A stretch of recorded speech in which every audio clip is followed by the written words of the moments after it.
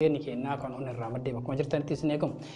Akkuma kanaanii guyyaadhaa namoonni hedduun gaafilee gaafatan gaafileen isin nu gaafachaa turtan keessaa keessumaaniyyuu jaalalli yeroo ammaa kun keessumaan jaalalli yeroo ammaa kana dhugaa yookiin jaalalli dhugaa hin jiru jechuudhaan gaafilee garagaraa nu gaafachaa turtan.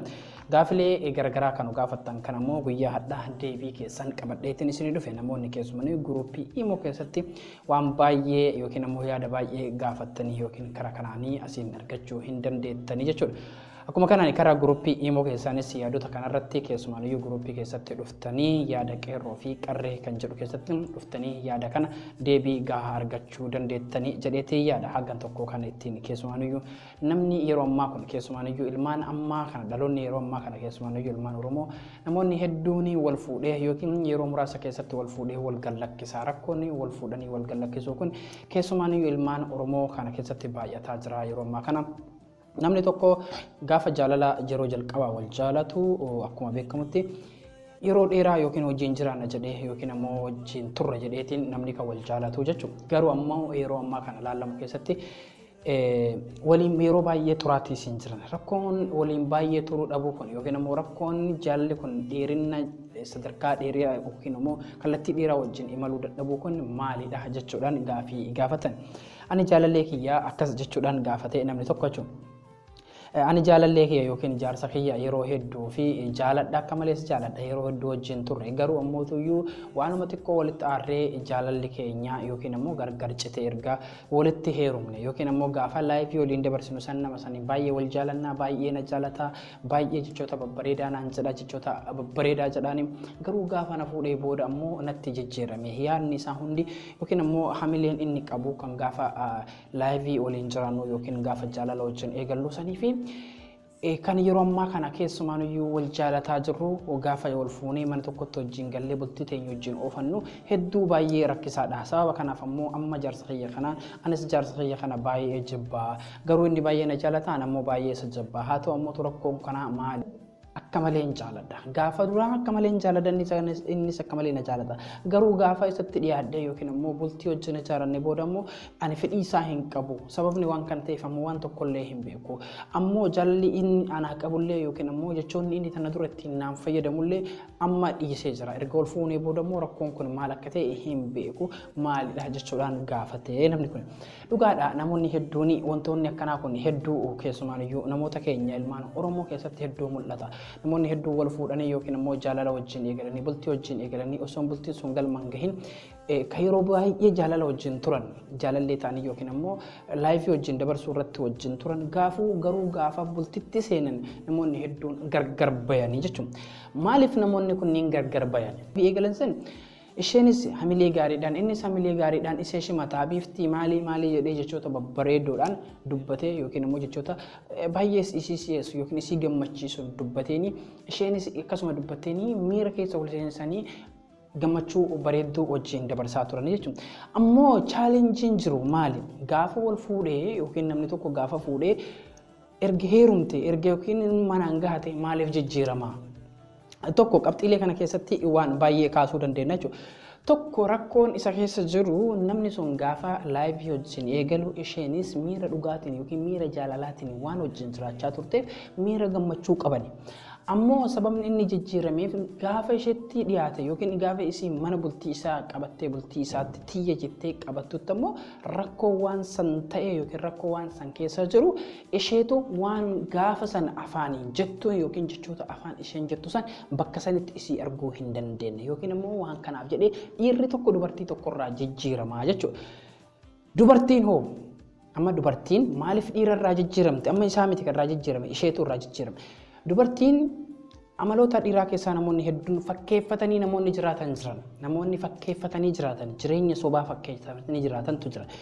Gaafa isheen hin jirre yookiin ammoo gaafa isheen laayifii wajjin an akkasii jedhee maqaa gurguddaa maqaan qabne ofirra kaa'ee ishee jaalatu jiraataa jechuudha. Erga wajjin jiraachaa ture erga isheen wajjin jiraachaa ture isheen ammoo waan kana keessatti namni kun kana jettee itti dhiyaatte jechuudha. Namni kun kana jettee gaafa itti dhiyaatte tokkoffaa gaafa bira geette ammoo waan san hin argine. Dubartiin dhiirarraa wanni hedduu yeroo baay'ee garagaltu tokko soba dheeraa irratti yoo argite soba yoo irratti argite dubartiin dhiira sanirraa hin jijjiiramaa deemti. Dubartiin dhiira sanirraa hin jijjiiramaa deemte. Dubartiin dhugaa feeti. Dhugaa san itti himi. Dhugaan sun yoo itti himte amantus yeroo san loltus yeroo sanitti waan san loltee cal'isti jechuudha. Kanammoo karaa koo qabu eenyure dhiira santu waan isiin feetu irraa waan argachuu dhabdeef dubartiin sun itti jijjiiramti. Dubartiin sun waan isheen feetu jira. Waan karoorfattee yookiin nama wajjin jireenya eegaltee jira. Waan jechoota inni jedheetu jira. Dubartii keessaa maaltu ishee hammeessa waan jedhu fakkeenya jechoota hamaa yookiin immoo gaafa isheen xiyya taate jechoota duraan babbareedoo jedhuuni yookiin jechoota gaggammachiisoo jedhuuni miira keessa isheen seentee gammaddiin wajjin jiraattu osoo jechaanii jiru yoo isheen immoo gaafa fuudhee immoo jechoota hamaa yookiin immoo jechoota hin taane yoo ka jedhuun ta'e isheen narraa hammaataa deemti jechuudha. Sababa kanaaf immoo jaarsa san jibbaa deemti. Lama namoonni hedduun keessumaaniyyuu Oromoo keessa waan jiru tokkotu jira. Namoonni hedduun waan kana dhuffatee yookiin immoo baargiraawundi jala dhoosee hedduu ittiin cinqamee kan deemu keessumaaniyyuu lammiin keenya yookiin immoo sabi koo Oromoo keessatti jechuudha. Sabni Oromoo akkuma beekamutti aadaa Oromoo keessatti safuu fi safeeffatatu jira. Dubartiin takka nama tokkooni yookiin immoo dhiira tokkooni yeroo ammaa kana keessatti akka na wajjin ta'e yookiin laayivii akkana si wajjin barbaada yookiin akkana na wajjin ciisi yookiin akkanatti ani si wajjin qunnamtii barbaada jettee afaan baafattee hin dubbattu jechuudha. Dubartiin keessumaaniyyuu Oromoon kutaa kamiyyuu taanaan dubartiin akka na wajjin ciisi jettee yeroo ammaa kana dubbattu hin jirtu. Ka jirtullee haa ta'u namoota darbee namoota ammaa kan haala laayivii amma jiru kana laayivii lafarra jiru kana ilaaltee yookiin sooshaal miidiyaa haa ta'u yookiin kallattii garaagaraatiin barattee waan kana dubbattu malee kun dhoffatee miidhameetii jiraataa jechuudha. Namoonni miidhamanii jiraatan kun yeroo hedduu ilaaltii ni xiinxalti. Hogguu gabbaata sooshaal miidiyaa irra oolte haalli sooshaal miidiyaan ittiin jiruuf haalli jaarsa isii ittiin jiru kun tokko miti. Jaarsi isii akka isheen feetu hin godhu. Sooshaal miidiyaa hawaasummaa kana irratti wanni gallakkifamu wanti kallattii hedduun ammoo seentee googilii haa ta'u kallattii hedduun seentee ilaaltu waan isii gammachiisu waan isii tolu garuu jaarsa isii kanaan akkana naa godhi jechuun miira aadaa safuu kana keessaa uttaalti. Aadaan safuu kun ammoo daangaa itti godhe aadaan Oromoo kun daangaa itti godhe safuudha. Dhiirri keenyas ammoo maal taane waan kana keessatti dubartii ija ishee irraa ilaalanii waan kana hin beekaniifi jechuudha. Dubartii ija isheetii irraa ilaaltee yoo waan kana beekteef dubartii waan sanitti itti gammadaa deemti. Itti gammadaa deemti. Laayivii isheen hedduu si jaalachuu dandeesse haala isheen si jaalattu. Jechoota hedduu keessatti keessumaa yeroo hedduu namoonni hedduun yoo laayivii wajjin jaalatan yookiin immoo laayivii eegalan yaada hedduu kan keessatti qooyyabdu yookiin keessatti argachuu dandeettu bilbilaan yogguu haasoftu. Yeroo bilbilaan haasoftu dubartiin waan fedhii ishee yoo gaafatte waan ofii feetu hunda sitti himuu dandeetti. Waan ofii feetu hunda sitti himuu dandeetti. Lakkii gaafa isiin na bira geette ani waan isiin barbaaddu hunda waan isiin feetu hunda godhaafi yookiin isii gaafadha akka jettu taate horri dhiiraallee dogongortee jirtaa jechuu waan kanarratti. Maaliif wanti horri dhiiraa dubartiin bilbilaa yogguu bilbiltee isee haasofsiiftu waa'ee jaalala keessa hogguu seentu jaalalli kun maal akka ta'ee fi yoo ati dubartii fi dhiirri tokko beeka haala jaalalaa keessattis wal caala namni tokko hubannaa wal caala haala laayivii keessa dabre namoonni laayivii jalqaba eegalanii fi namoonni laayivii keessa turan yookiin ammoo laayivii keessa ofiiyyuu dabarsuu habaatan hiriyoota hedduu arganii biyyoota hedduu deemanii argan waa hedduu argan laayivii kana keessa waa hedduu baratan namni gochuu qofaan osoo hin taane dhageettii fi ilaalchaan illee waa barataa jechuudha. Sababa dhageettii yookiin ilaalchaan waa baratuuf jecha laayiviin kun maali jaalalli kun maali jechuudhaan of gaafata.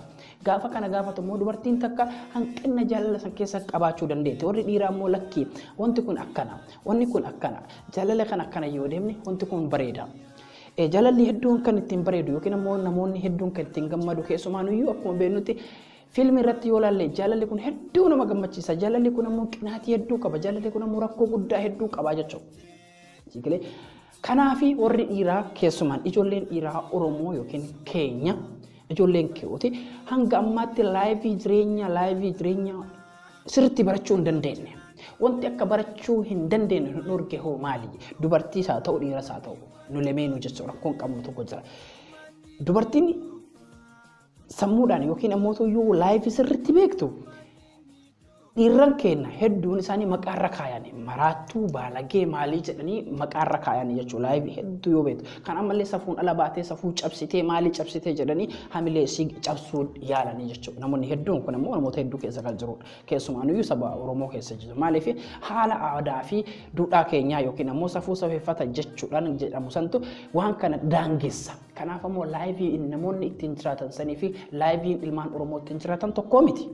Dhugaa dubbachuu namoonni tokko darbanii kan jiraatan jira namoota sanii yoo namoota laayivii bareedaa dabarsaa jiran yookiin namoota laayivii akka addunyaatti dabarsina jedhanii chaalenjii hedduu keessa dabranii waan san ol bahanii gochuu barbaada namoonni keenya maqaa kaayaniif baalagee durriyyee akkasii jedhan. Kanaaf ammoo namoota kanneeniif ammoo rakkoon bu'uura jireenya yookiin ammoo namoonni keenya ol fuudhanii kan walii baay'achuu kun rakkoo bu'uura waan kanaati jechuudha. Waan kanaaf namni tokko dhiirri tokko gaafa isheen akka isiin feete hin taaneef dubartiin sun irraa jijjiiramti. Maaliif? Wanti si akka fedhu goosisu kuni maalidha yookiin ammoo wanti siin feetu maalidha. Namoonni hedduun keessumaa keessa dhiironni hedduun hin beekna. Dubartiin maal argannaa yookiin ammoo tuyyuu laayivii yookiin hirriba galgalaatiin akkasitti bas walqunnamtii irratti waan bareedaa yookiin ammoo laayivii bareedaa yoo dabarsine kanaa ol wanti dubartiin feetu hin jiru yookiin ammoo kanaa ol wanti isii gammachiisu hin jiru jechuudhaan dubbata. Dubartii kan gammachiisu laayivii halkaniitii miti. Laayivii halkanii osoo hin taane laayivii fuula keetiitii fi laayivii jechoota keetiitii yeroo hedduu namoonni hedduu walitti mufatan. Sababni namoonni hedduu walitti mufatanii jechoota yookiin ammoo jechoota waliin dubbattu yookiin ammoo haasawa waliin haasoftu keessatti yoo kaayyoon haasawa keetii yookiin jechoota keetii yoo jijjiiramu ta'e dubartii waan sanirraa ni aarti. Kanaaf ammoo nama waan kana eeggachuu kan danda'u maalidha kan jedhuuf ummanni keenya yookiin ammoo sabni keenya Oromoon yeroo hedduu keessatti waan kana keessatti maal dhiirri Oromoo jaalalaan beeku dubartiin Oromoo jaalalaan beektu jechuudhaan boota wal gabbuusaa yookiin wal laaffisaa deemu. Rakkoo waan kanaa maalidha? Jaalalaan beekuu dhugaadha. Namni kun hin beeku ta'uu danda'a. Garuu rakkoon jaalala kanaa maali?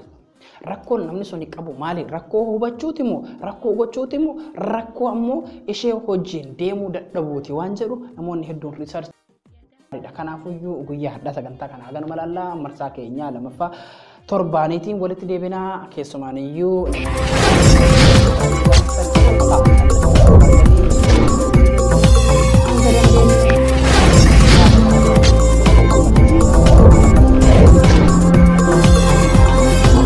Masih ni YouTube